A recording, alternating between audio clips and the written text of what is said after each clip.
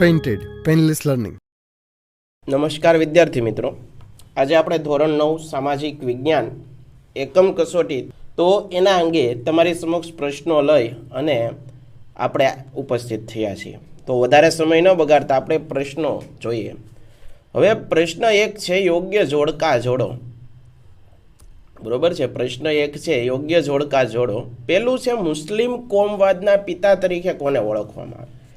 તો એમાં lord Minto સુધારો આવ્યો, એણે મુસ્લિમોને અલગ મતદાર મંડળ આપ્યું હતું. આથી મુસ્લિમ કોમવાદના જે પિતા છે એ લોર્ડ મિન્ટોને ઓળખવામાં આવે. મેડમ ભીખાજી કામા એણે શું કર્યું હતું? તો એને તમને ખબર છે કે ભારતનો સર્વપ્રથમ રાષ્ટ્રધ્વજ તૈયાર કર્યો હતો. બરોબર. ત્યારબાદ ગાંધીજીના આધ્યાત્મિક ગુરુ કોણ? તો શ્રીમદ રાજચંદ્ર. જલિયાવાલા બાગનો હત્યાકાંડ છે એ કોની દેખરેખ હેઠળ છે? તો જનરલ ડાયર. બરોબર છે, આ એનો જવાબ છે. બીજો પ્રશ્ન છે નીચેના વિધાનો સાચા કે ખોટા એ તમારે જણાવવાનું. સાયમન કમિશનમાં બધા જ સભ્યો હિન્દીઓ હતા. હવે આ વિધાન સાચું છે કે ખોટું? નહીં, બધા જ અધિકારીઓ ગોરા હતા. આથી જ તેનો ભારતમાં વિરોધ થયો. શ્રી જવાહરલાલ નહેરુએ નહેરુ અહેવાલ ક્યારે કર્યો હતો? આ વિધાન ખોટું છે. નહેરુ અહેવાલ તૈયાર કર્યો હતો, આ ખોટું છે. ગાંધીજીએ સાબરમતીના હરિજન આશ્રમથી દાંડી યાત્રા શરૂ કરી. સાચી વિધાન છે.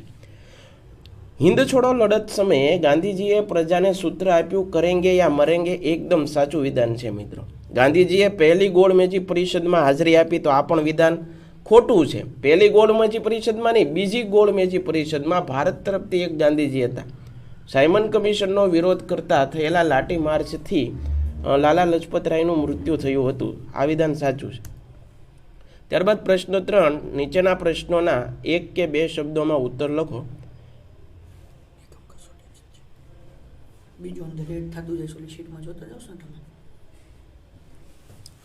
આપણે ત્યાં કયા પ્રકારના ન્યાયતંત્રની રચના કરવામાં આવે છે? એક સૂત્રી. દેશના ન્યાયતંત્રમાં સૌથી ટોચના સ્થાને કઈ અદાલત છે? સર્વોચ્ચ અદાલત, સુપ્રીમ કોર્ટ.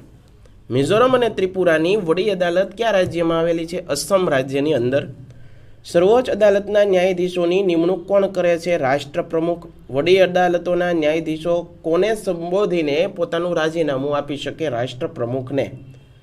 મિત્રો, હજી સુધી જો તમે પેન્ટેડ એપ્લિકેશન ડાઉનલોડ ન કરી હોય તો આજે જ ગૂગલ પ્લે સ્ટોર પર જઈ પેન્ટેડ એપ્લિકેશન ડાઉનલોડ કરી લો, જેની અંદર દરેક વિષયના તમને ટેક્સ્ટબુકના સ્વાધ્યાયના સોલ્યુશન્સ, એના વિડીયો, આ ઉપરાંત જે સ્વાધ્યાય પોથી છે એના પણ સોલ્યુશન આપેલા છે.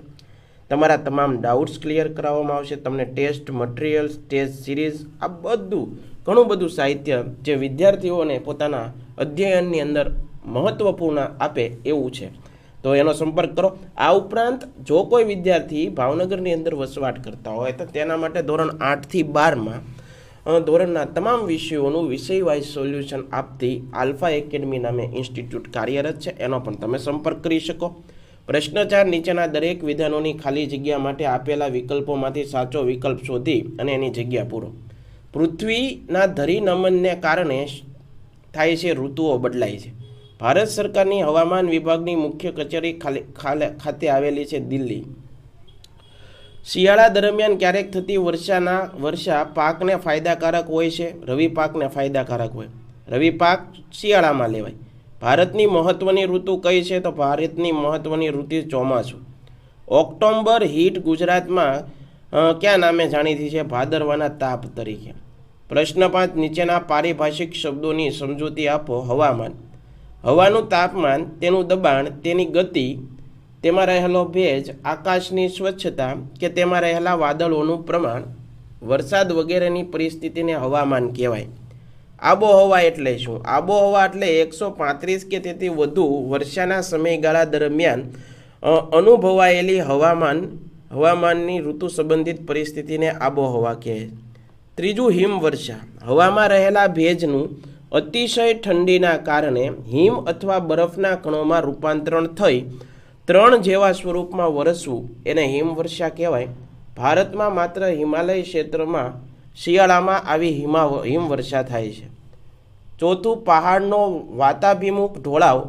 તો કે ભાઈ પવનની દિશા સાથે કાટખૂણે પથરાયેલા કે અંતરાય રૂપ બનતા પહાડોના જે ઢોળાવ પર પવન અથડાઈને અવરોધાય છે તે ઢોળાવને વાતાભિમુખ ઢોળાવ કહે છે. પહાડનો વાત વિમુખ ઢોળાવ.